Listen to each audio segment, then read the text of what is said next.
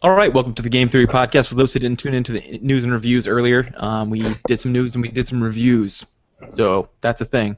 That But happened. but for those of you just joining us, the topic for this week is going to be toxic players and self-policing communities. So this comes up for a few different reasons. Um, it's a few different reasons. One is I ran across an article a while back that was talking about depression and people who play video games, and that in most typically tend to be like buffers, so they tend to help people a little bit. It seems like, at least, as a preliminary study, and it's correlational only survey, self-report stuff. But still, it piqued interest. That's how you get. Science is like putting bricks on top of each other, right? This is just the first brick in this question, Right. but then it showed that. It gives you enough of a sales pitch to do further studies. Yeah, but then it said how do they word it? They put it together very. There's a lot of criticism I have of this, but one of them is I think it's made by another person who doesn't play fucking video games, which bugs me. I get it. Like, to be a researcher, it's hard to play video games too. Like, they typically those two in that Venn diagram. I mean, we're talking like a sliver in the middle, right? I get it. But so I'm one of the only guys that actually is a gamer and also is researching video games. Most people see it as a cultural phenomenon, want to know more about it, and start developing methodologies, but they suck. So this one said, I think it was something like competitive. It wasn't competitive games, was it? It could have been. It could have been competitive games or like solo games or something like that. And but one of the subtypes in this was MOBAs, and those people tend to have a little higher depression. And I was laughing to myself because I was like, I wonder if that's because they get told they're fucking pieces of shit and told to hang themselves by their own mouse cord regularly. Because depression affects performance in almost all aspects, including video games and response speed. You get something called cognitive tempo slowing. Can't remember the exact phrase here, but basically it's this: your whole central nervous system slows down a bit, so including your reaction times. You're going to play worse, and you're going to be told you're worse. I can't imagine that helps. So an interesting question, but also because we've been playing Heroes, and you get the so it's Founders Pack week. Like, Right. this just came out, I think, last week or so. You can buy your way into the beta now. You buy a Founders Pack, you get kind of a starter pack with some cool skins and amounts, and you get a beta key. So like now you kind of buy your way into a free-to-play game, which is hilarious. But also it brought in a ton of new people, who already play MOBAs, who think they're gods to the game, and who are actually awful, and they talk mad shit. And I was like, well, here comes the LoL and Dota players. Here we go. Mostly LoL, but Dota too. So exciting stuff. Right. So it's kind of endemic. It's one of like toxicity is something that could it's a threat to both the internet and gaming specifically because of how a minority can skew the perception of an entire community. So, maybe League of Legends, let's say League of Legends, like that's a famously toxic game. I would probably estimate, if I was going to just ballpark it, I'd say maybe 75%, 80% of the people, or maybe even higher, like 90s, in the 90s, are just really nice people. But the toxicity of the community is famous because you tend to screen out the good jobs, nice moves, and you hear a lot of the fuck you, you're the worst, go hang yourself. So those kind of stick with your mind more, and it skews the entire perception of community and becomes a self-fulfilling prophecy where even if you weren't like a toxic player going into it, you kind of get shaped by that environment, and you tend to emulate what other people are doing. So if you feel like it's a place where it's acceptable to act that way, then you're more apt to do so, or at least that's my suspicion. I think so too, because okay, something happened. First of all, I wanted to delineate toxicity between shit talking and trash talking. Like trash talk, I come from a basketball background. I played a lot of basketball growing up, and trash talking was part of it. And I even like to run my mouth myself. My hero Gary Payton was known for his shit talk. And in the UFC, there's a guy named Nick Diaz that has trash talk that quote unquote makes you rethink your life. So those people always intrigue me because for me, it was a psychological thing. I would try to get into the person's head to make them overextend. Like, I would be dribbling, and I would do some flashy crossovers, and there's one in particular I would do. It was a one-handed crossover. I would never switch to the other hand. And the whole trick of during a crossover is you want to dive for the ball when they're doing their crossover because it's the best likelihood you're going to get the steal. So I would shit-talk them so that they would impulsivity would take over, and they would leap for the ball, and I would do my one-handed crossover and then just burn them. So it's actually using psychological principles, right? Like a lot of the time. Sometimes it's just being a dick and showboating, like making fun of people. Right. And Particularly then like the counter community. criticism would be, like if you can win without making somebody make mistakes, then you're a better player than having to rely on them making mistakes. Yeah. Yeah, and for me it was all about it was more showboating. So like I did a couple tricks when I was playing basketball that like it's intended to frustrate the player. And I actually I would talk a little bit, but more I would do funny stuff. So like one is if you haven't dribbled the ball yet, this isn't actually I want to say double dribble. That's correct, but that's not the correct term I'm looking for.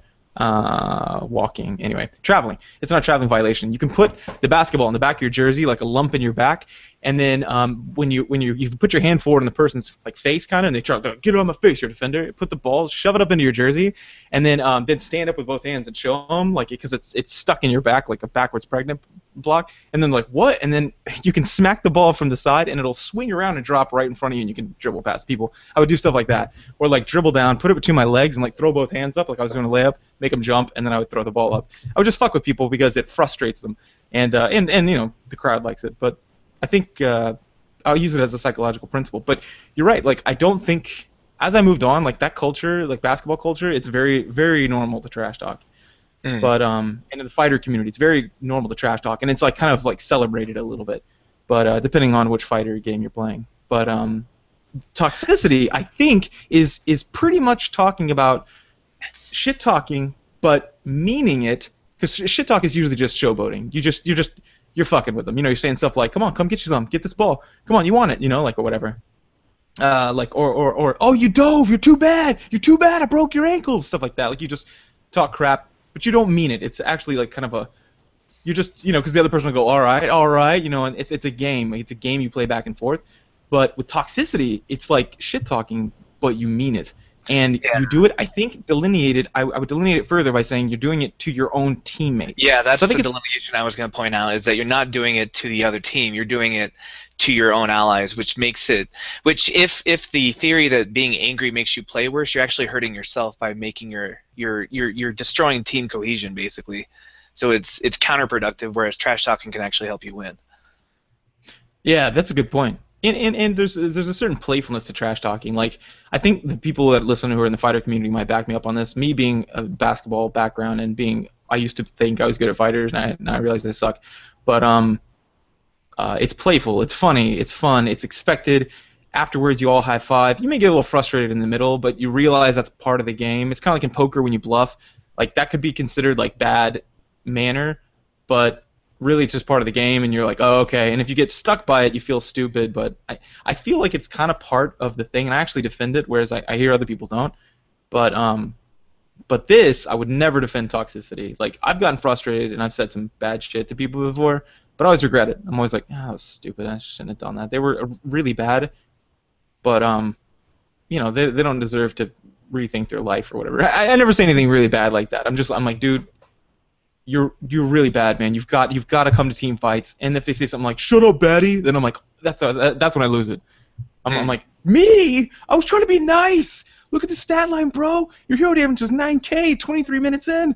You gotta do some damage, bro. I got like 89,000 damage. Don't tell me I'm bad. But anyway, stuff like that. Right. I think when we're looking at the why this happens, I want to talk about anonymity to begin with. You're probably familiar with John Suler, the psychologist who termed the online disinhibition effect. Mm-hmm. So basically what he's talking about is when there's a disconnect between the commenter's identity, he's talking about like online, like YouTube comments, but I think it applies to MOBAs and online games too. When there's a disconnect between your identity and what you're saying, then there's some kind of, he calls it the online disinhibition effect, which basically says you shed your identity, then the usual constraints on your behavior go too.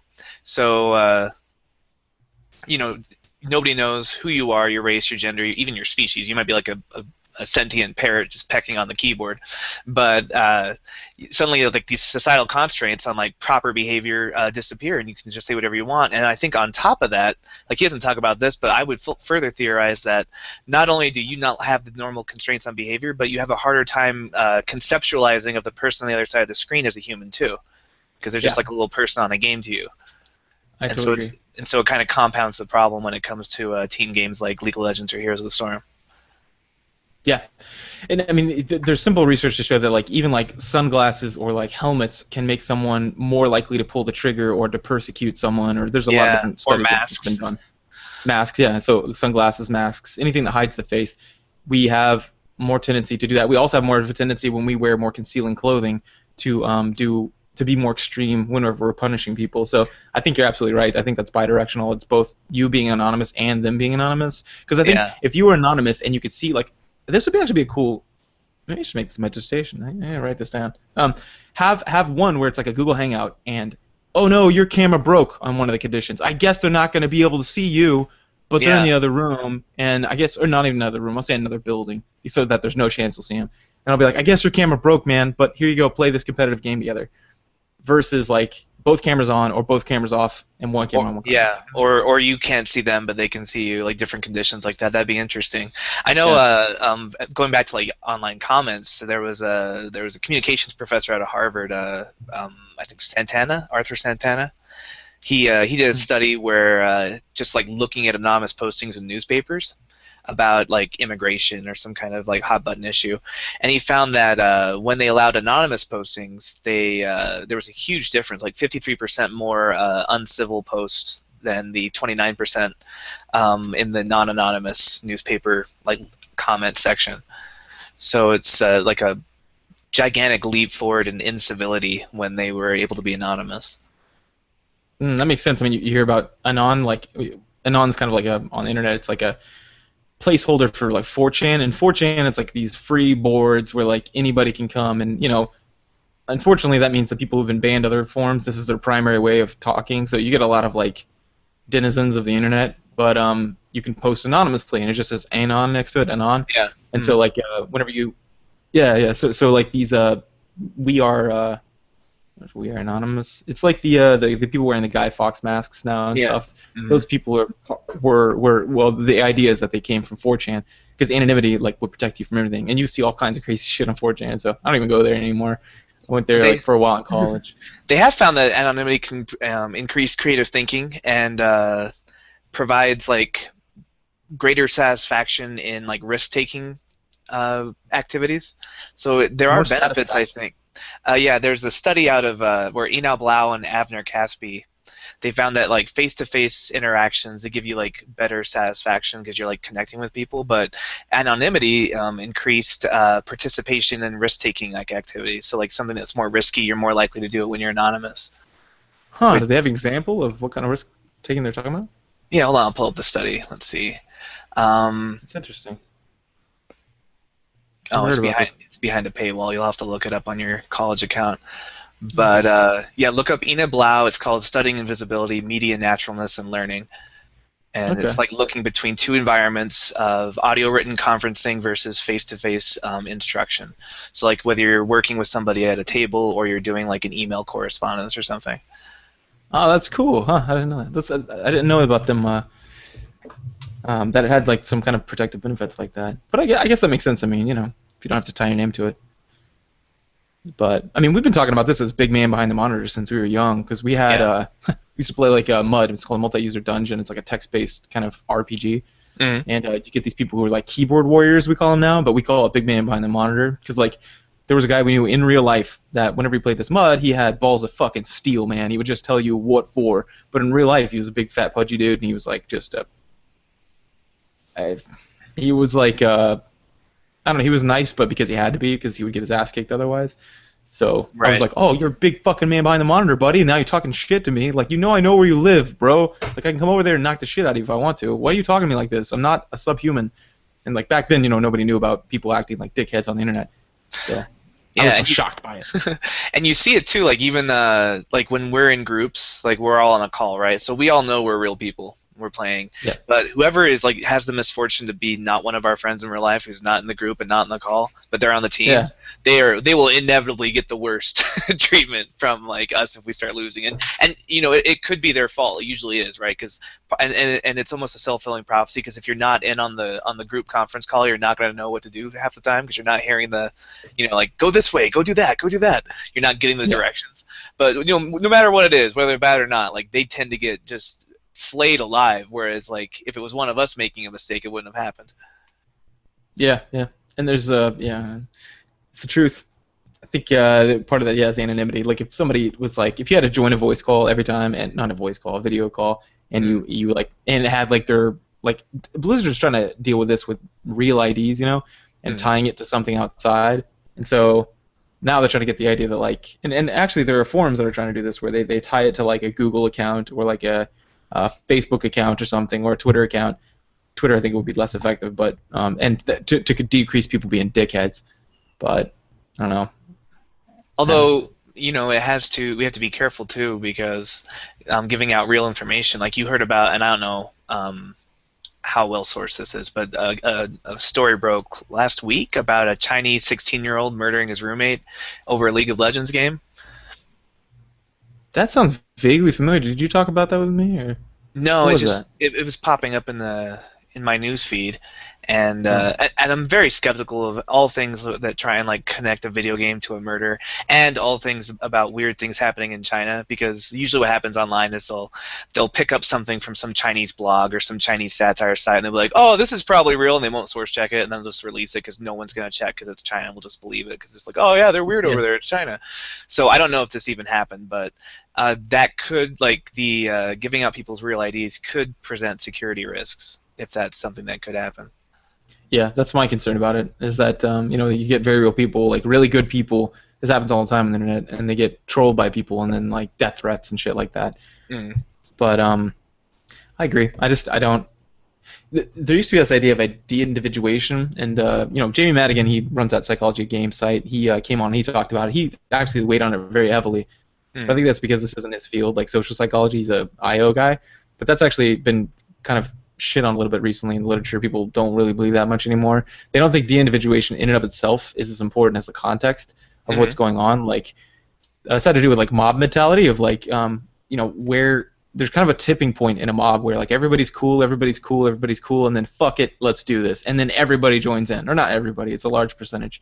But that's because there's this 10% of people who are propensity to violence inside of a mob. They're so tied into it, and they have very little to lose, so they start throwing rocks, right? 90% of them are just there just to be a peaceful protest, but then you see these 10% get thrown at, and then you see retaliation. And because they all identify as one group, they see that as a threat against themselves as well. You know, like, hey, you're attacking us. How dare you attack us? Whenever it's not, it's just that 10% that are violent. And then that tipping point is when you see those 90% jump in, like these old people and these like college students who are like, you know, like ethics majors or some shit like that, and you see them in the middle like throwing fists, you know. And it's because of that idea of identity within. It's not de-individuation in and of itself, like being part of a big group. In fact, it's quite the opposite. It is individuation that does that. You identify with a group, and then that's what makes you do that. And there's also like a diffusion of responsibility, right? Like you feel like you're less likely to engage in that kind of in moral behavior, and more likely to engage in amoral behavior, because, you know, it's like that whole thing of like, somebody call 911, nobody's going to call 911 unless you point someone out specifically when you're in a mob or a group. Yeah, this is almost like the opposite of that in League of Legends, where or Heroes, where it's like an infusion of responsibility on the person who's not on the video call, like whoever's not you.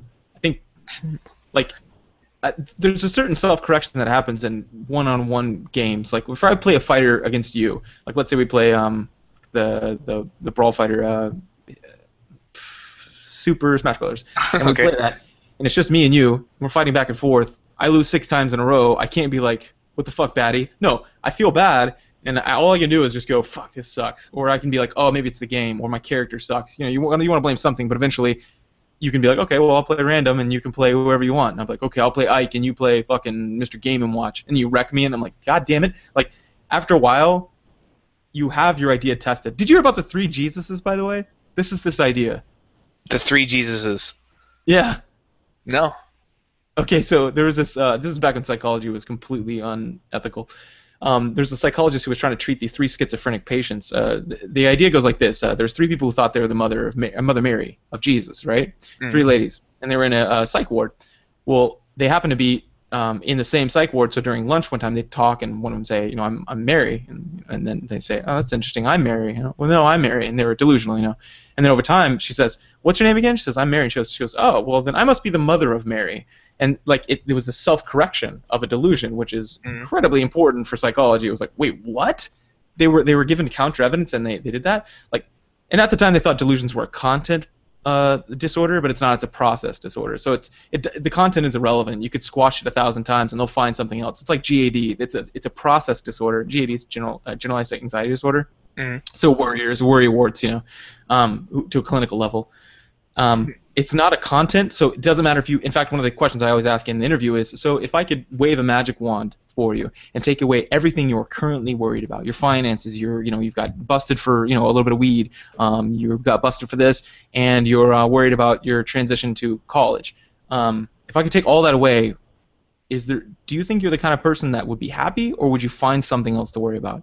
And they always say, GAD will say, like, oh no, I'd find something. So they're comfortable. It's a process, disorder. It's not a content. So you can't squash it just by this. But they tried this, and so they took this and they were like, oh, well, maybe we can do that with all these delusions. So they took these 3 guys who said they were Jesus. This really old guy with almost no teeth. This guy who was he was a little bit older, but he survived the Holocaust, concentration camps, if I recall.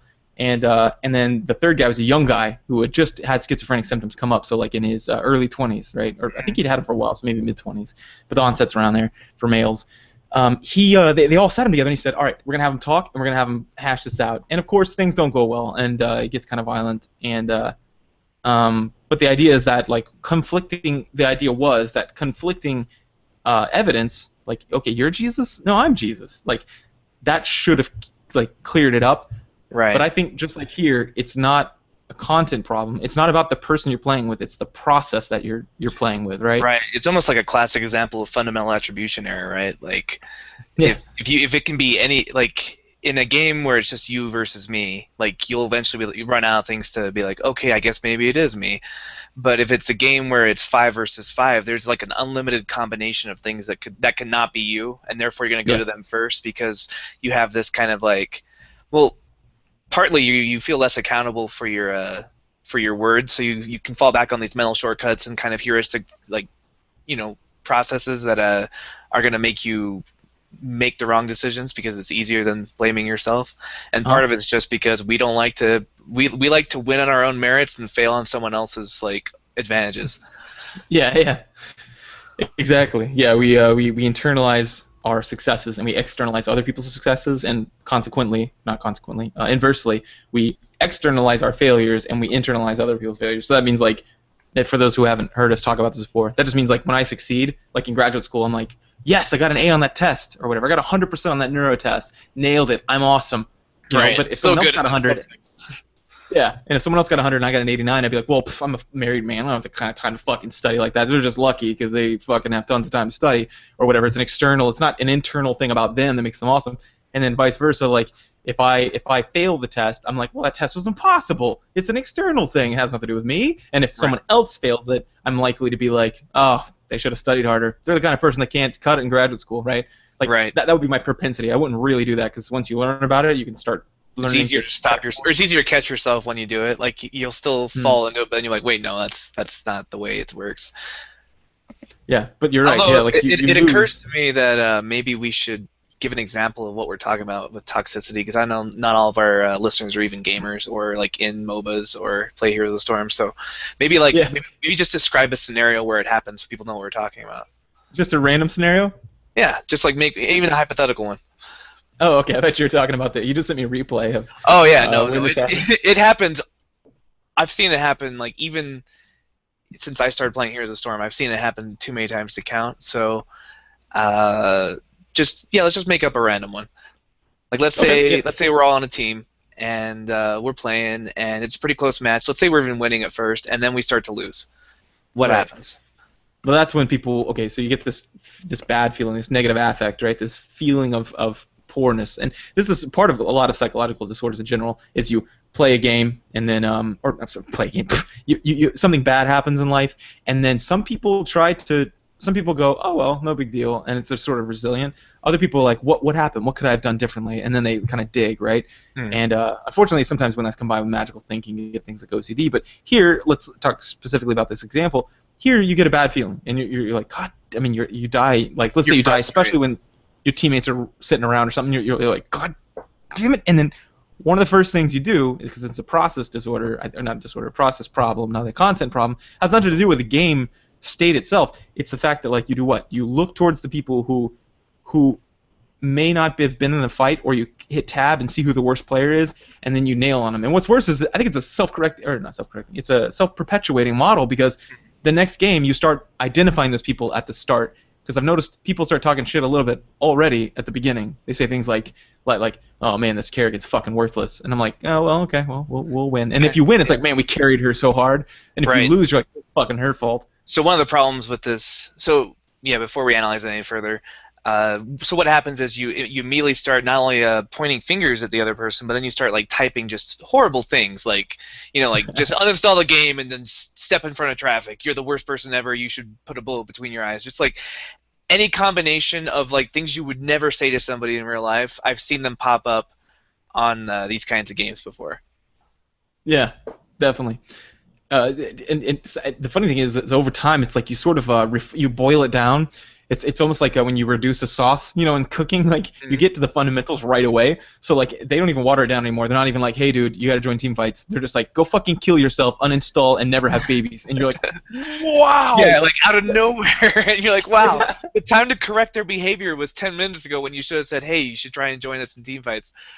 That's how I can almost always tell whenever somebody's straight from out of League of Legends, almost specifically, and then occasionally out of Dota, is they'll come in and they've got like new skins, completely new skins, or they got the skins that you get for free when you buy in, and then and just the first thing you hear is the worst possible thing. Because I'm like, well, they've had a long learning history of boiling this down straight to the point of because they're just the worst. I've had people shit talk people before, absolutely Counter-Strike. I know you have an open chat and then people will be like, you're the worst. Whoever that guy that's sniping, he's a piece of shit. He could reevaluate his life. It doesn't matter. Like it's not as bad as these League of Legends like keyboard warriors. There's no one as bad.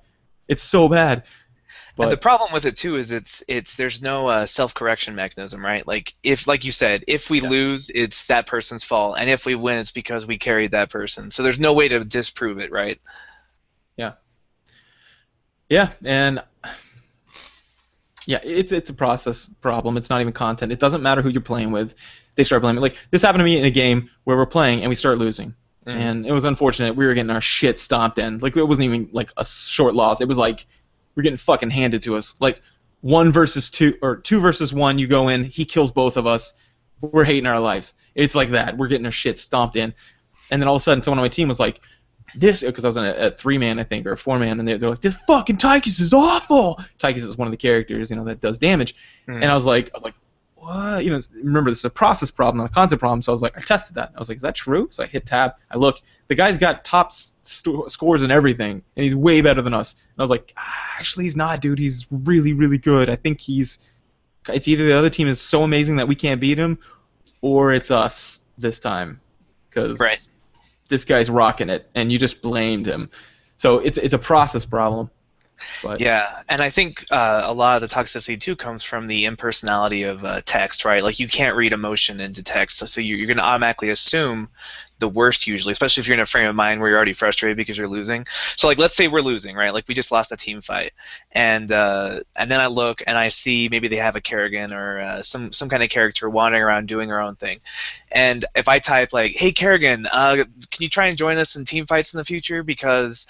That's gonna help us win this game. And I'm trying to come across as like a learning thing where I'm trying to help her so we can do better as a team. But she's feeling bad already because we're losing now, and then she might feel a little guilty too because she wasn't there to do it. And then she sees that. She's not gonna read that tone I just read. She's gonna read, Kerrigan, can you come to the middle and join us in team fights next time? That might help us win the game, you think? Like, she's going to read a totally different tone into it because she's already feeling kind of defensive and frustrated because we just lost. So it's almost like no matter what you approach at that point, you're kind of working at disadvantage anyway because we only have text to communicate to. We lose all the nonverbal cues, context, tones, everything that we rely on in our everyday interactions. And this is almost like in the military, you got something, well, this happens all over the place, but in the military you got something like hazing, right? So like, it's no secret that privates get treated like fucking shit in the army, right? Yeah. Like they don't even say our full name in training. They're like, hey get over here, pra. Like you don't even get a full title, and you don't have a name. If you're like, they're like, what's your name? You're supposed to be like, Private Drill Sergeant. He's like, that's right, private. You don't have a name, piece of shit. Like they shit all over you, and like to the point where like people crying. And they're shitting all over them for crying, and you're just like, wow! And you have to do you like scrub the latrines and like, clean the floors with your hands and stuff. They're like, you don't even get a cleaning utensil. They just throw like lye on the floor and they're like, let it burn. I mean, they're dicks. And like, one of these guys I went to basic training with was a lawyer. Like, he was a 30-something-year-old, and he was jumping back in because of the war. And the guy was a really respectful, nice guy. And I see this guy doing the worst stuff because he couldn't get his shit together because he hadn't been in a place where like this in a long time. so his physical strength wasn't very high, and he just gets his shit kicked in. But what happens, like as you climb the ranks, you get more and more respect, but you still let shit roll downhill. Like it's that sort of like a hazing thing. Like whenever you're going through like a fraternity, when you first get in, you get shit all over the place. You'd think that their second year they'd be like, okay, we're not gonna shit all over the first years, or whatever. In graduate program we call them first years. But you still do, because it's almost like a payback thing, right? Right. And it's only gonna get worse. Like I didn't get off the hook. It's almost like a vendetta, right? Like I didn't get off the hook, so these guys shouldn't get it easy either. It's the same thing when you hear like older people complain about like how good kids have it these days, and like, what do you mean we're gonna pay for half of their college? Like I had to pull myself up by my bootstraps and go to school on student loans. Whereas if we were thinking rationally, we'd be like, wow, things were not that great for me. I want to live in a world where things are better for everybody and there's less overall suffering. So yeah, sure, I'll approve, paying for part of people's college now, even though that's not fair for me. Like it just makes the world a better place. It's like a matter of jealousy. Like, well, I wish I would have had it that good. Fuck you, and you get upset with them, which is funny because it's already done. Like, who cares? Like, jealousy is something that makes sense in the present. Like, if you go, hey Jeremiah, here you go, and you throw me a piece of pizza and it's like super skinny and you get the big one, you're like, there's only 2 pieces left, and you eat yours, I'd be upset because it's a present. That could be corrected. But like something in the past, if you're like, I already ate the big one, here's the small one, I didn't see it until I got after it, I shouldn't be like, you piece of shit, like, because who cares? It's in the past. I'd be like, oh, well, maybe next time keep an eye out, you piece of shit, and I give you some crap, but I didn't mean it, Right. I don't know. So how would that tie into like a game? Well, that's what I think might be part of what's going on here. You got the de-individuation, but what I would call it now is more like a individuation. You pour yourself into a game, and so you identify as a player, right, or as a good player. And then whenever you see someone like that fucks with that, you get pissed. You're like, oh god damn it, I put all this time in, and this person's not, and I'm not winning. It must be this other person, and sometimes it is. In fact, a lot of times it is another person. You'll notice just legitimately, even when you objectively watch the replay, you're like, okay, yeah, they were watching me die. Literally, like there was this one guy a Rainer walked up behind me. I'm in a fight to the death. I'm just about to win, and the guy gets the last hit off, and I was like, oh, he got me, fuck! And then I turn around, Rainer's literally, he's shooting creeps, and right behind me, I was like, oh! And we had one like that the other night. Stuff was on cooldown. Just sitting in the middle of the dragon statue, and we're fighting over that middle lane. He's just like waiting by the statue, like he wants to get that dragon as soon as it pops, and he's just watching the fight go on. Like, yeah, oftentimes it is the other person. Yeah. But then you got to do like a functional analysis, right? Like, is it going to help to make this person even less likely to help you in the future, or like what does it serve to like just yell at him? Well, that's what I was going to say about the hazing things. I remember when I started the game, I sucked. I don't play MOBAs. Like, I wasn't good at them. I have like a gaming history, so like I learned quickly, but it's a new genre, and I got shit on.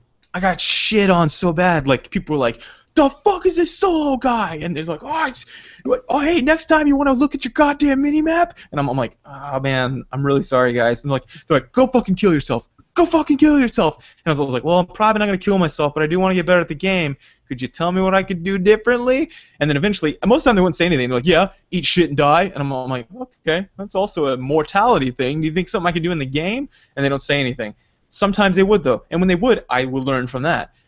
So, like, there's a part of me that's like, hey, fuck this guy. But then, I don't know. Like you said, functional analysis is going to win the day here. Just say, is this really helping me? And then, they did that. They've analyzed some data over at Riot Games, and they found out that, like, toxicity spreads at, like, a 5 times the rate or something like that, or maybe it was 3 to 4%, or 3 to 4 times faster than kindness. Yeah. So, you gotta be. And that has to do with another study in psychology where they found that the negative affect lasts longer than positive affect and is more resilient. So, like, let's say you're in a sad mood, right? Like I just said, hey, David, your dad just died, and you're kind of suffering through that, right?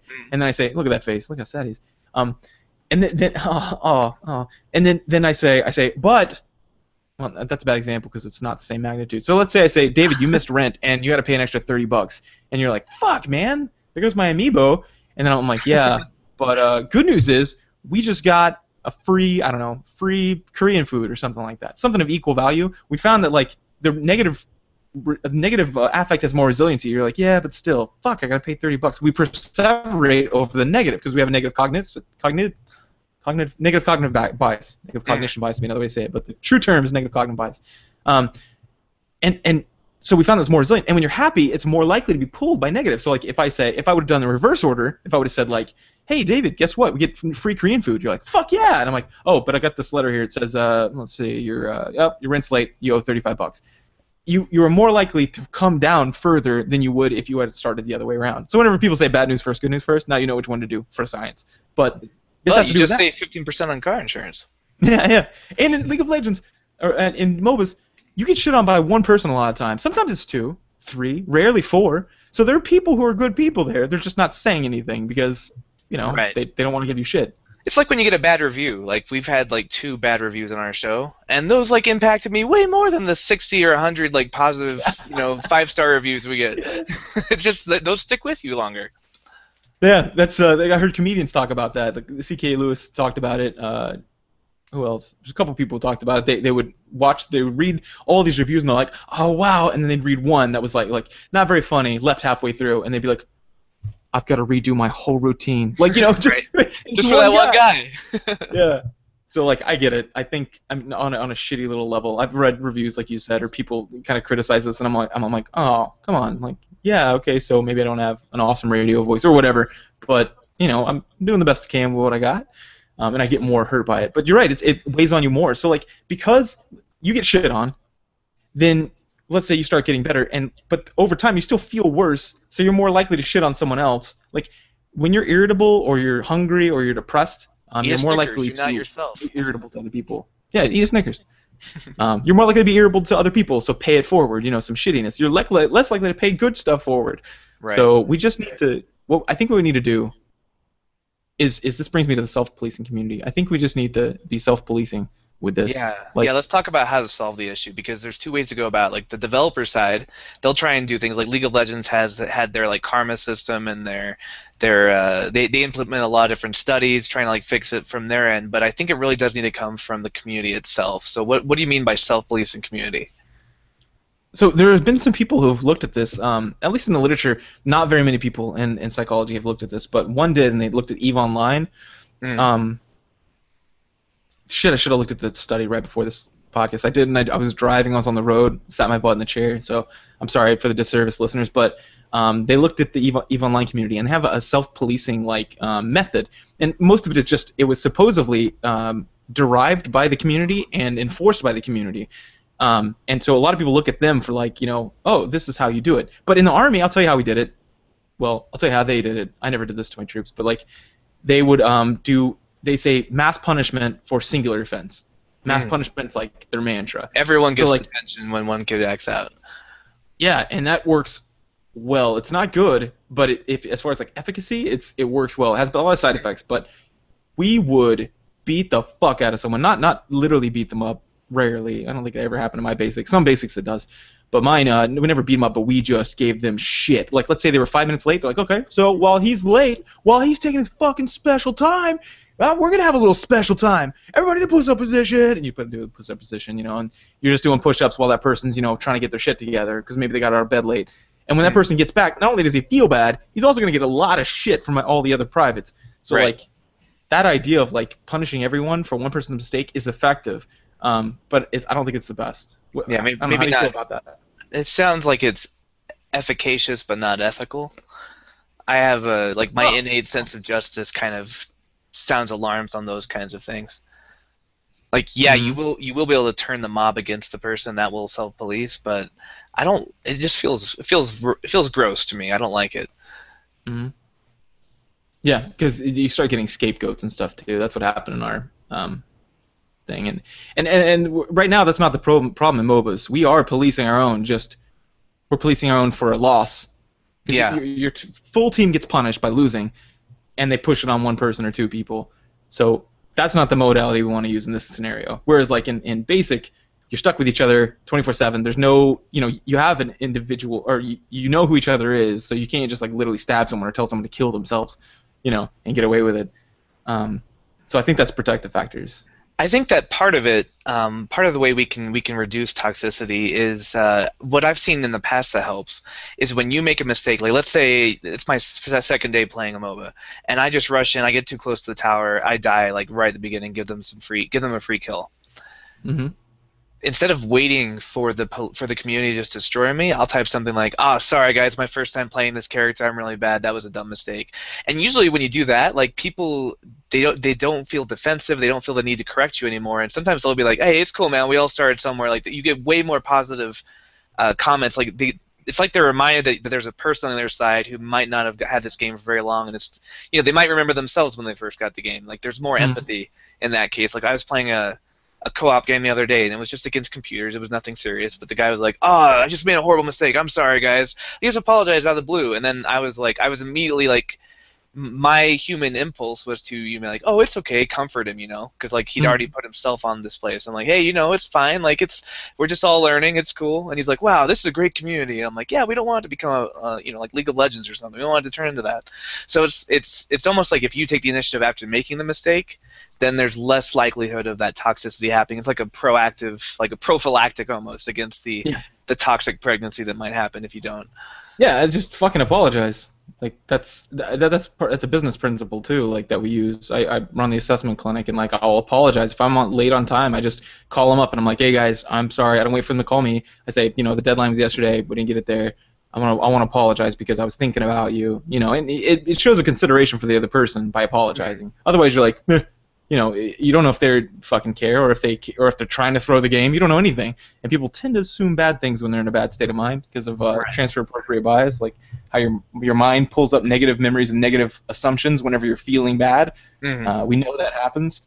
So it's like in a fight. Whenever if you're fighting with it could be a roommate or anything, or a spouse or a girlfriend, they'll say something where you're like, "Is that really what you think I thought? You really think I'm that bad of a person that I was trying to hurt you on purpose, really?" And they're like, "Well, I mean, it sure seemed that way." And you're like, "Well, you're assuming that, but do you really think that?" And and then they kind of checks them because you think something like, "This person must be the worst player ever, and they don't give a shit about this game." When really it's probably someone who's trying to get better, and they just don't realize they're bad yet.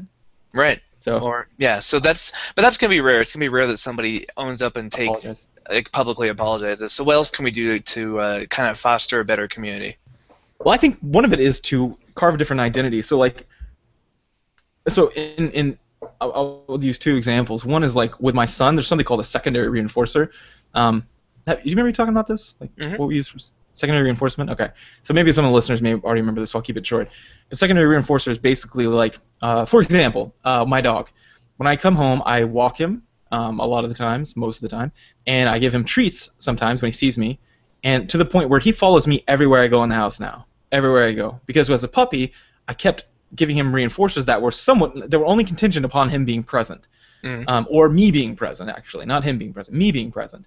So whenever I came in the house, now he loses his shit because of the fact that like I'm a secondary reinforcer. Not only am I we call this a discriminative stimulus in psychology and behaviorism, but not only am I like the green light on the Coke machine, that means it's available. Not only that, it just means that that I have now gained some of the reinforcing qualities of the food itself. It's like whenever you train someone on a clicker or a Pavlov. Right. Yeah. I was gonna say you're the bell for Pavlov's dogs. Like you're.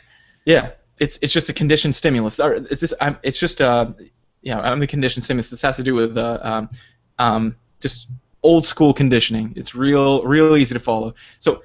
That's secondary reinforcer. So what that means is like with my son, I say I call it a good boy. I say, well, is that something a good boy do or a bad boy? And then I always tie that secondary reinforcer, that hypothetical construct variable, that word good boy, which doesn't really mean anything until I assign behavioral tasks to it, and he starts to understand that, oh, that's what that looks like.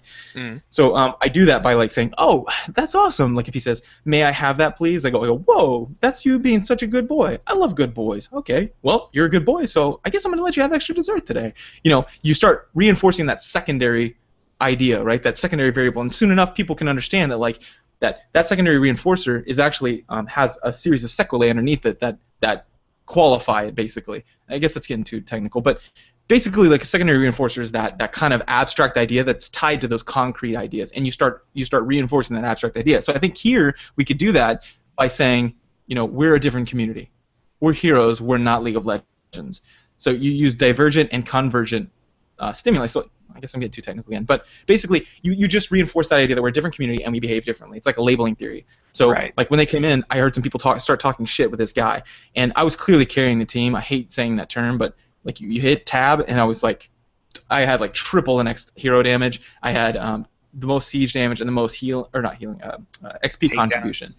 Yeah. Yeah, and I was doing all the shot calling and stuff, but I don't flaunt that because I think it's fucking horrible when people do that. But they started shitting on a guy who was actually really bad, the false stat. He had like 13 deaths and no takedowns. Poor guy. Like, he's not doing it on purpose. He really wasn't. He was just bad. And I kind of felt bad for him. And they were like, dude, fucking learn to play false stat. We'd be winning if it wasn't for him. And me, being like, in that battleground, I was like the top dude. I use that influence to be like, hey, listen, guys, that's not. He's doing the best he can, guys. Like, all we can do is just keep pinging, and we've all been there. And I said, we're not League of Legends. Come on, let's not be like that. We're better than that. So labeling theory is like they found that like when you call convicts or treat them poorly, that they were more likely to have a higher recidivism rate, which just means come back to jail and do bad because they did bad shit. They did bad shit in real life. Than people who you said you're no longer convicts. You're people, and you're recovering basically. They found that those people had something like a 30-something% less recidivism rate. So it's powerful. So yeah, I think it's what that they're is one thing doing we can do. there's a Scandinavian country where they're actually having to shut down their prisons now because like their recidivism rate is so low. Like people who go to that prison, like they don't treat them like convicts. It's almost like a study abroad. Like they can go there, they can earn degrees, like they're just treated like students, and then they leave and they don't think of themselves as convicts anymore. They think of themselves as contributing members of society, and they don't come back to prison later. Like American prisoners, usually they'll go right back into the system. Yeah. And which part of that is just because we have a privatized prison system, so there's no incentive to like shut them down. It's just a lot of incentive to keep them open, but we won't go into that.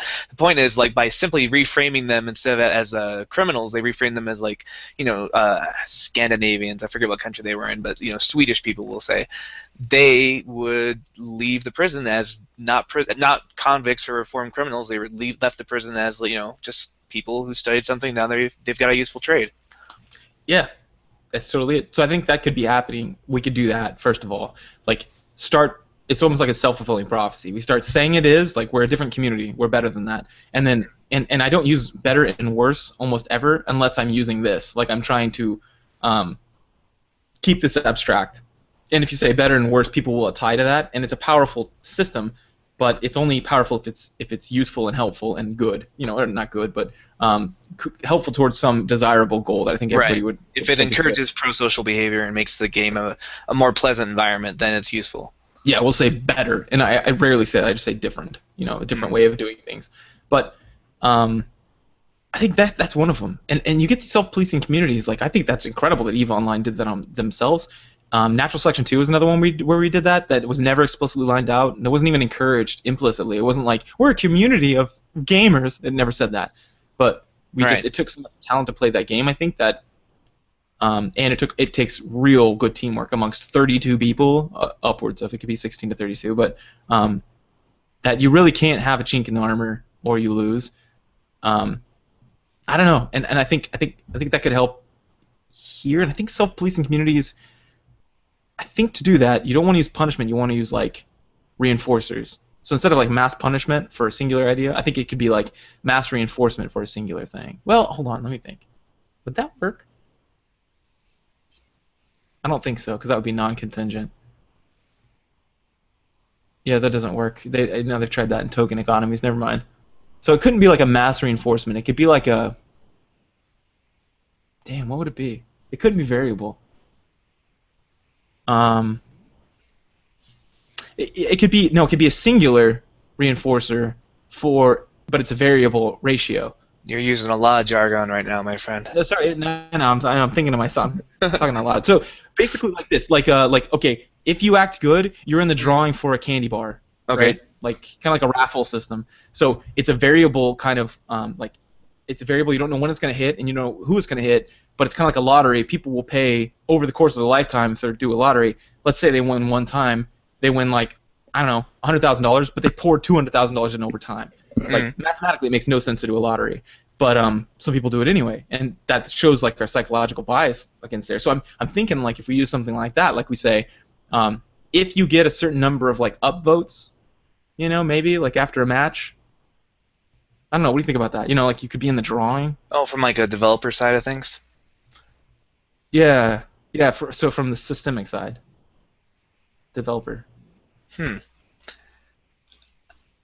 Yeah, I don't know. I'm more interested in what we can do as players because we're not really until you get your job at Blizzard as a psychologist. Like, there's nothing we can do on that end of things. So, what can like our Yeah. listeners do to like encourage the kinds of communities they want to be a part of? I think you were absolutely right with jumping on the sword. So like with conflict resolution, so like helping other people get less butthurt. That's one way to say conflict resolution. You kind of have to be the bigger person. That's always what I tell whoever, whether it's whether I'm talking to like executives or whether I'm talking to marriage. I say you just consider. I don't ever think this way, but I'm gonna say this once and never say it again. Be the better person. And I'm using that. Now we're gonna cast that language aside. We're never gonna think like that. But in your old jargon, that's what you would say to yourself. Don't worry about a metric system of tit for tat, right? So if someone shits on you, don't be like, well, fuck that guy then and shit on him, because we know that that's more powerful and more shitty to the community than just going, okay, you're probably like you just continue to be awesome no matter what they do. Don't make your behavior contingent on theirs, right? Make their behavior contingent on yours. They're the one who's going to change, not you. So you say like, okay, I gotcha. So you're really upset right now. You think I'm a piece of shit. And they're like, no, you are, factually. And you're like, okay, I'm not playing my best, which everyone can agree on. You use these middle ground phrases that everyone can agree on. So like in a marriage, if your wife comes in and goes, you're a horrible husband, you should probably divorce her because she's a bad person. No, you want to figure out why. So you say something like, okay, so I make mistakes.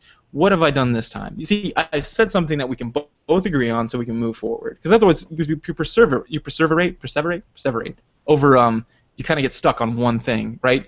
They'll nitpick whatever you say if there's something to nitpick. I'll put it that way. You know, so say something they can't possibly disagree with, but that is also like true for you. You know what I mean? Right. So like, I'm not playing my best. You could say that. Or okay, so I have room for improvement. You always do, right? You can always say that, but that helps them feel better. And you say, what can I do differently? So you're kind of modeling the appropriate behavior if you're the one who fucked up. I'm taking that assumption. You kind of have to just distance yourself from that initial reaction of like defensiveness and anger for being called out. Like, whether you're at fault or not, like the French have an expression. They say "la bave du crapaud n'atteint pas la blanche colombe," which means the drool of a toad cannot reach the white dove. In other words, like whatever they're saying, you can fly over that. That's to sink to the level of toad drool. Like it's your own fault if you let that get all over you. So just be like, okay, well, all right, that's fine, and then just like have that initial like step back and go, these guys, if they're getting this upset about a game, then like I don't really care what their opinion is at this point. So what can I do to get better? And then just be like, all right, yeah, you guys are right. I made a mistake. I'm not doing very well. How can I avoid this in the future? So that does. Yeah. I think that would help a lot, because then it kind of diffuses it. They're like, oh, well, you're shitty. You're like, yeah, I know, I am. I did not do well. What should I do differently? Yeah, it's one of those weird things. I think League of Legends. I've seen successful, nice people take a shit on someone they don't know, right? Like in real life, like, or JT, take JT for example. He's one of the nicest guys I know. Yeah, and he will straight up make you feel like you're shit on the internet if you fuck up, or even if he perceives that you fucked up. But it's funny that the people who start that, I guarantee he didn't go into League of Legends starting like that, right? Like, think of like a successful, I don't know, person who's like me, for example. I'm not yet, but I'm trying to say, like, my life is all about. It sounds like kind of horrible. Think of an awesome person. I don't know. Just take me for example. Let's just someone who's me as a placeholder. Think of someone that you would want to be. Like, be anybody. I don't know. Just pick me. No, okay. Here's what happened. I was thinking one way. I was thinking like a successful businessman, but then I was like, no, I want to get away from the idea that like businessmen are desirable. So then I thought, what do I do instead? Oh, someone who dedicates their life to helping people. And I was like, okay, but who would that be? And I was like, well, for the sake of brevity, I'm just going to say myself, because the audience knows who I am, and hopefully I know I'm a good person, that I give a shit about people. So then it sounded like, I was like, think of someone really awesome. Think of me. That's not what I meant. Oh my god. I feel horrible. Sorry, that is not, my thinking was going too quickly. Think of the humblest person you know. Like for example, me. Like, take me for example. Oh my god. Okay, so I apologize. I wasn't trying to say I'm an awesome person. Not what I was trying to say. I was trying to say that, like, think of someone who you would least likely think would start a game and shit all over someone, right? Take that, for example. And then then realize that over time, or not even realize, I would pose the question, I think you already know the answer, do you think it's possible that person could, over time, be so influenced by the game that they would become the kind of person that would shit on someone? Yeah, I think that there's a certain environment where you can make anybody do any horrible thing. So yeah, I definitely agree that there's over time a certain environment can make you be a bad person online. But if that comes from the community, you have to think that like who's the entry point? Who was the first 5 douchebags that started it, right? Or 100 or whatever. They're Mm. probably like basement dwelling pieces of shit that have no life and nothing, and they just shit all over everyone like that. They're like the comic book grognards or something. So it's an interesting cultural phenomenon that those people over time can be so powerful that they can make people way better than them better.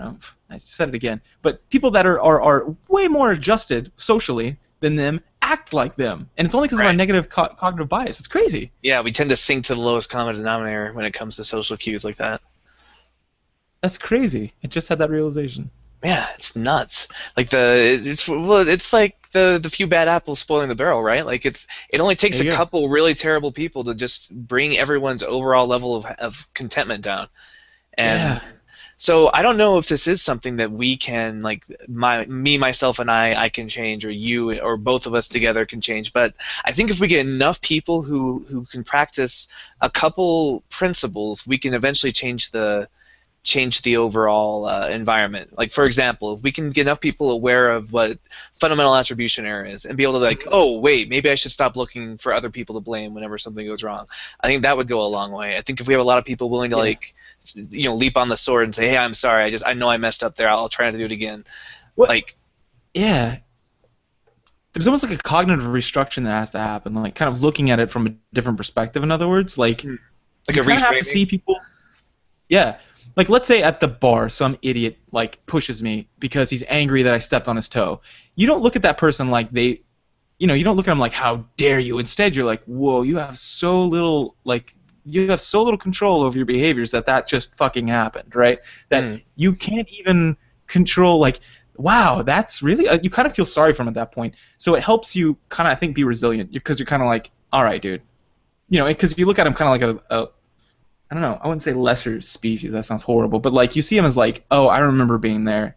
That sucked. And you kind of like, okay, I'm clearly the one who's gonna have to take the wheel here because this person is out of control. So you're just like, all right, man. I'm sorry. Apparently, it looks like I stepped on your foot or whatever the problem is. It looks like blank, blank, blank. I'm really sorry about that. Didn't mean to do that. What can I do to make it up to you? Can I buy you a beer? And they're like, oh, fuck you. Then you're like, okay, so they're still running through the reptilian brain right now. They're having a hard time realizing that they've got a good thing right here if they want it. So then you say, you know what? That's when you de-escalate again. De-escalate, de-escalate. So like someone on the internet saying, you're a piece of shit. Okay, I didn't play my best. I clearly made mistakes. Can you help me realize one of them? Yeah, you fucking don't do anything right. So I did some things wrong. You just keep rephrasing and like get that middle ground and de-escalate until they get to the point where they're a human being. And then I think everybody's a human being. They'll just talk to you. right. But I think that's the only thing we can do, like social modeling, and it's not going to outpower the shitbags. I mean, I guess it's an empirical question, but it doesn't look Well, like. Oh, I think probably the best solution, and we might have to end on this now, is for all of our listeners to recommend this episode to all of their friends, and then they can recommend it to all of their friends. And soon all the gamers will have heard this episode and will have yeah. solved the problem. And then they can all leave us iTunes reviews. Well, well, if it's any indicator from history, then 7 Steps and Kevin Bacon will hear it. Yeah, So exactly. Soon it should Kevin be Bacon done. will be listening. Yeah, but yeah, I think it's an environment thing. We're all rats and we're all changing slowly because of negative cognitive bias and the fact that like that's more powerful than the good people out there. But yeah, it's pretty depressing. But we can do our part, I Yeah. think, to slow it and/or like slowly change it over time. And I think one other thing we can all do, like a more serious recommendation, is whenever you see something good happen, do a reinforcer. Like just pop out and be like, "Hey man, nice save. Thanks for diving in there. Whatever they did. If it's a healer, thanks for healing me. Just saved my life." Just if we foster that environment, because usually what happens, what I've seen from rage and toxicity, is it's just complete dead silence, and then finally it all spills over about 12 minutes or 13 minutes in the game into Yeah. just horrible like bile. But if we foster a steady chat of like, hey, good job, oh, nice try, like we'll get them next time, like that kind of stuff throughout the game, it's less likely to explode into just rage out of nowhere. Like you've already kind of set the tone for the conversation, so to speak, of how this game's going to go. So even if you start losing, that anxiety is going to be lessened because they know that there's people there who are, noticing when they do things that are good. They're rooting for them. They're on the same team. They know they're in the same group and they want to do better. So I think you're going to lessen the likelihood of just like these out of the blue just rage fests if you foster like an environment of praise and like teamwork throughout the game. That's a really good point. I hadn't thought of that. That yeah, it's I mean, you're gonna not only are you protecting yourself. You just did it right now. That's exactly what I'm talking about. What? You just praised. Oh, say good job. Yeah, exactly. And then later on, I'm more like, yeah, exactly. That's what I'm saying. Yeah. It's I think, and you're also acknowledging that the other person's a person, so you're gonna. Yeah, and how many times when you're playing a game does somebody save your life and you think to yourself, or even you say out loud, like, oh man, nice, that guy just did his job, great. But that guy doesn't know you're noticing that. So if you just type it out, then he's less likely to feel like, it just makes the whole tone of the conversation better for the game, no matter how it ends. Yeah, that is. Yeah. So yeah, I think that's true. That you can make it. I've seen people make like positive impacts a lot of times on communities just by being good people. Mm-hmm. So don't be part of the silent majority that's a good person but doesn't say anything. And yeah, exactly. Like, call out the shitbags too. Not like that, but just say like, "Hey, man," like, kind of stick up for the shitbag. And you're gonna take some flack too, almost every time. Yeah, I do. Even though like sometimes I'm that guy who's got the huge stat line. I'm doing really well. Occasionally, that's just gonna happen by random variance. And I'm still like, "Hey, man, you shouldn't say that. That's really mean, dude. He's trying to learn." Just sticking up for him, I think that's gonna help. Don't let people be bullies, which is really what's happening. Yeah, I think just doing those simple things, I think that will actually change a lot of the environment. Like, we say it's the negative people who are the vocal ones, but that's not necessarily has to be the case. We can be the vocal people too. We don't have to just sit there and be quiet all the time until someone explodes. Definitely. So, warn a brother before you explode. He doesn't need that shit all over his face. Exactly. I mean? That's called the money shot, and it's not always appropriate.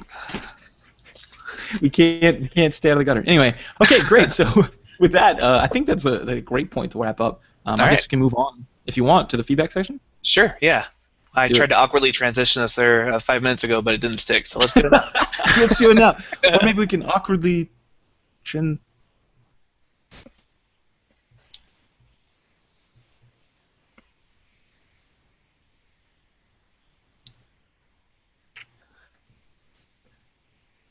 Okay, this is the feedback section. And that was successfully awkward. Yeah, so iTunes review. Did we cover this one last time? I just saw one that we got on January 6th by Embrace the Future. I don't know. iTunes. I'll read it again. I don't remember this one, but if I did, and we're saying it twice, it's not because I'm trying to, like, I don't know. I don't remember reading this one. I'll just read it now. It's just that we're depressed because we're starting to reread them just to make us feel like we're getting new ones. It's because I have no life. We have a new iTunes review from 2013. This one says 5 stars, great new podcast, loving all 5 episodes so far. Yeah, and signed, you're the greatest. No, this one says, we may have done this before because the username kind of sounds, I don't know, maybe it's because I just read it 3 times trying to see if I remembered it. Embrace the Future. Does that sound familiar? I'm just going to read it again. Here we go. Brilliant. 5 stars. It says, there isn't much to say that hasn't already been said. Both hosts are intelligent and well-studied individuals. The psychology talks alone are brilliant. Keep up the good work! ! Thank you. Embrace the Future. If we didn't already thank you now. That's really nice. I appreciate that. Yeah. Yes, very good. We've had a lot of activity on the Facebook page as usual. Basically, we had a pretty thoughtful post from Mason. Did you see that one about the otaku culture me viral video that's kind of been big this week? Yeah, what the hell?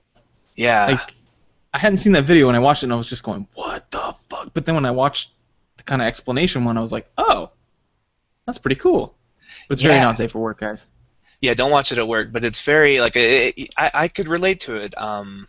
Having lived in Asia and like seen like how easy it is to fall into that, like you get these little tiny apartments and you have everything you want in there, and suddenly you just start to disconnect from society. It's pretty crazy. It's pretty crazy how easy it is to fall into that. And then so the video is kind of critiquing that kind of culture that kind of falls around with it.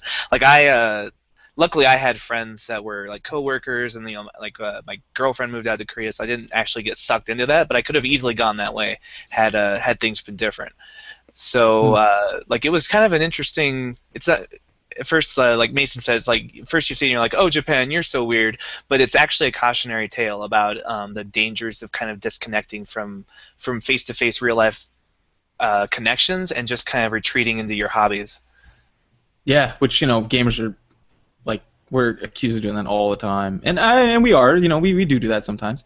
Yeah, and Um, it's really easy to fall into with gaming because there is a sort of a communal aspect to it. There's an online kind of you're playing with real people, just no one that you yeah, know, no one that's going to I've help you move or go out and get a drink with you or something.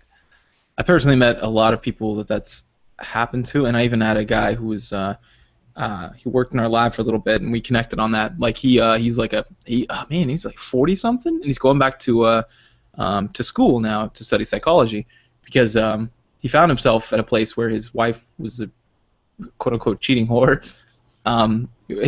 She basically slept with another dude on a business trip kind of thing, and he found himself with a daughter and nothing to do at night at all, and he was depressed, so he would just play hours and hours of MMOs, and he started getting friends there, and eventually he withdrew and regressed, and then he slowly fell into alcoholism because like he would just as soon as he sat down at home, he would he was kind of neglecting his daughter a little. He was just like, I just fell into a place where I was dark. But that happens with any hobby. But the thing about computer gaming that makes it bad is because it's not like running or like a triathlete, people who train from morning, they go to work, they train, then they sleep. It's not good for you, necessarily. Right. So yeah, it's I get it, man. Yeah, It's a good and point. yeah, it was real. I thought it was a very personal kind of story from Mason, like him talking about how he like almost kind of got trapped in that as well, and then was able to get himself pulled out. But it's I don't know. It's interesting too that he brings up the idea of like in the future, the last invention society is going to invent was going to be the holodeck. Like we'll all just kind of withdraw in Yeah. these virtual worlds and never want to leave them again. Which is kind of the premise of. Remember, Russell Glasser recommended the book Ready Player One. That's kind of the premise of that. Is everyone's kind of retreated into the online virtual world and Really? let the real world fall to shit. Yeah, it's really I mean, interesting, kind of a dystopia. it's been done a few different times. There was that was even in the show that it was pretty much a popcorn muncher called Gamer.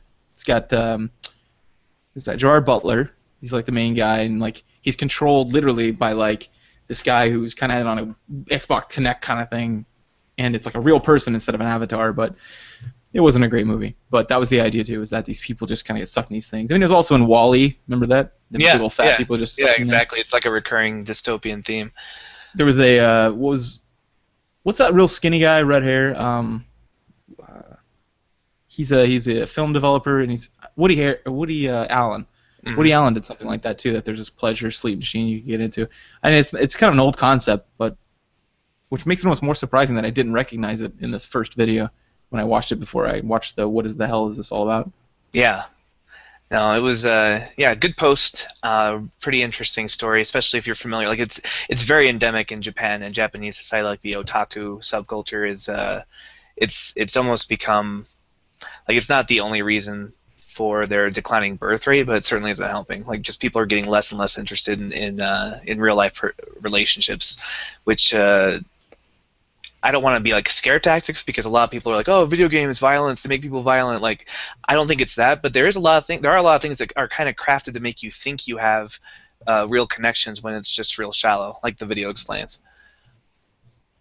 Yeah, yeah. I think the difficult part is it takes effort. Anytime it takes effort to do something, but you can have something almost like or a Almost as fraction good, as good. right? Yeah, like at the LAN party, like when we on our last episode we talked about how we'd like look at Facebook and Reddit and shit like that when we could be playing something much more fun, but it would take more of a commitment. And I Hmm. think that's what's going on. And I don't think there's this idea that like people said that like internet porn could what was it, dull your placebo?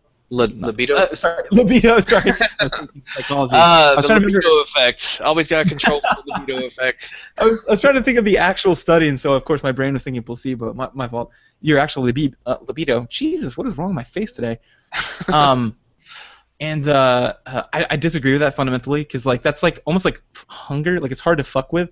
You can kind of mess with it, but it's always going to be there, and because it's an evolutionary necessary thing. Yeah, if I porn think killed the libido, we would have gone extinct like back in the 70s, I think, as a species.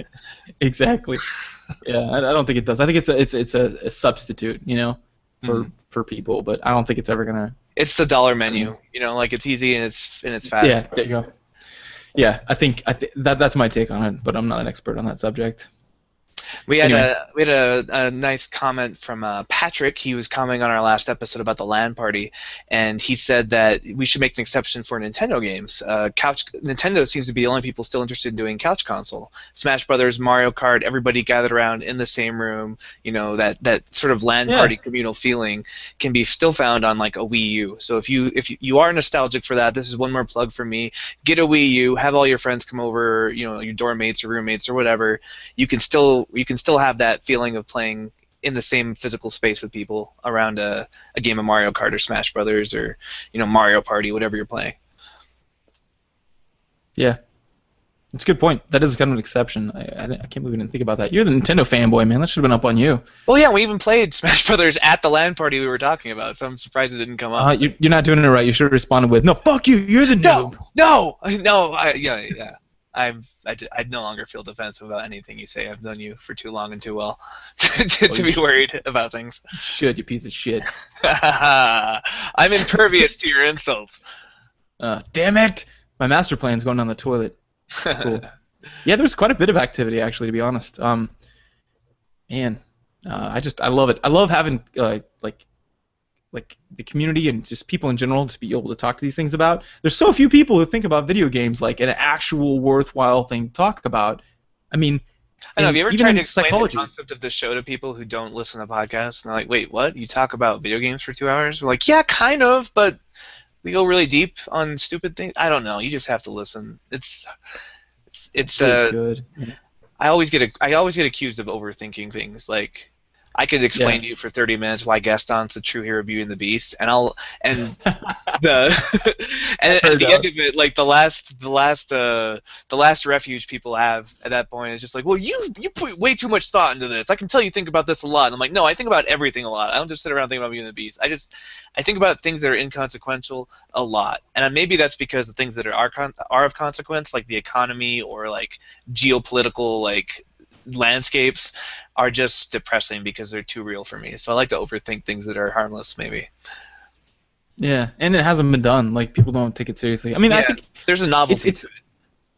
Before, people used to do this with paintings, and then now people got online and started doing it with novels, right? Like, everybody's taking World Lit, and then people started finally doing clubs, it with right? movies. Like, everybody like meets around, like talks about Brothers Karamazov and all the themes they're picking up on that. Like, this is just one more medium that we're taking more seriously than the average consumer, but it's not any different than a book club or a college class. And it's just a matter of time. This is going to happen. It's just a matter for everyone else to be able to do it. Like, people thought books were just for, like, frivolity. Get outside. Yeah, exactly. They try to get people to go outside and do whatever they wanted to do. Like, but yeah, whatever. I don't take it too personally. But anyway, thanks for the feedback. We really appreciate it. Everybody who's contributing to the Facebook page, which is quite a lot. We don't even have time to name it all. Thank you. It's part of we're living the dream. This is awesome. We're having a lot of YouTube people watching our YouTube videos, by the way, David. So maybe we should tell them this is actually a podcast. Go subscribe. Yeah, what you're watching right now is the raw feed. It will get slightly edited, although apologies for last week. Apparently, we accidentally edited out the listener feedback portion of the episode. Yeah.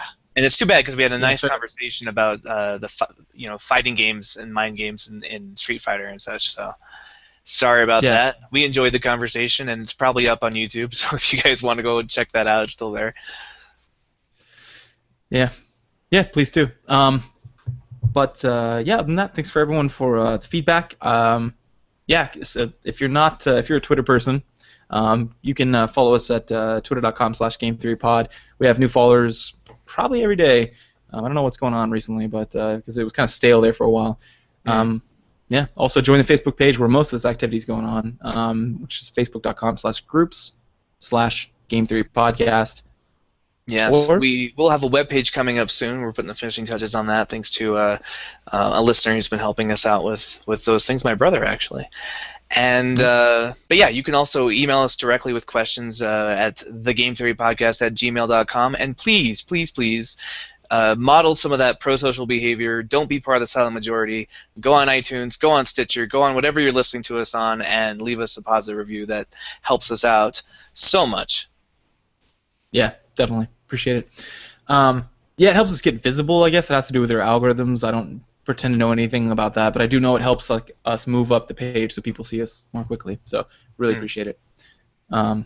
Other than that, next week I don't think we do know what we're gonna do we? No, we'll have to dig into our bank of ideas that we've had in the past and see what pops up. Or what usually happens is something occurs to us the morning of, and then we just say, "Hey, let's talk about this," like today. Yeah. And always feel free to send us any episode topic ideas because it's always nice to get like fresh ideas on this stuff because we come up with stuff that we think would be cool, but that's stuff we think would be cool. If you have something you think would be cool, then definitely let us know. Sure. But anyway, so yeah, thanks for tuning in, and we will see you next week. So until next time, this is my awkward log out phrase that I'm just making up right now. So here it is.